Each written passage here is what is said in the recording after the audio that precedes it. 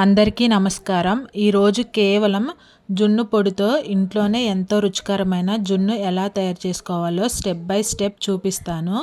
ముందుగా ఈ జున్ను పొడిని కట్ చేసి ఒక బౌల్లో వేసేద్దాము.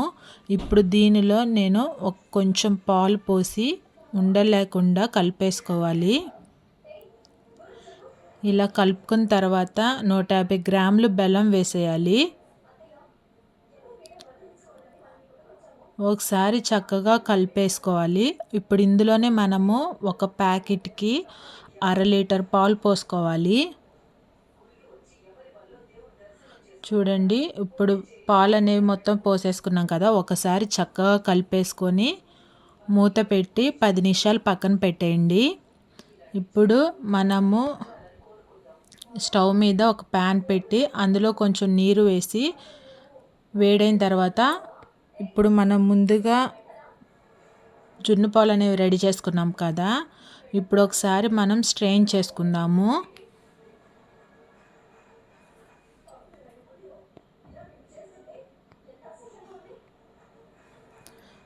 జున్ను పాలు అనేవి మనం స్ట్రెయిన్ చేసుకోవటం వల్ల ఏమన్నా నలకలు ఏమన్నా ఉన్నా పోతాయి అన్నమాట.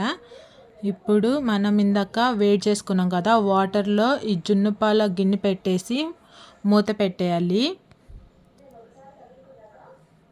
ఇప్పుడు స్టవ్ని మీడియం ఫ్లేమ్లో పెట్టి సుమారు 30 నిమిషాలు ఆవిరితో ఉడికించండి. 30 నిమిషాల తర్వాత మూత తీసి చూస్తే ఎంతో సాఫ్ట్గా రుచికరంగా జున్ను రెడీ అయిపోతుంది. మీరు కూడా తప్పకుండా ఈ రెసిపీని ట్రై చేసి ఎలా వచ్చిందో కామెంట్ బాక్స్లో కామెంట్ చేయండి. వీడియో నచ్చితే లైక్ చేయండి, షేర్ చేయండి. ఇంకా ఇలాంటి ఈజీ రెసిపీస్ కోసం మా ఛానల్ని సబ్స్క్రైబ్ చేయండి.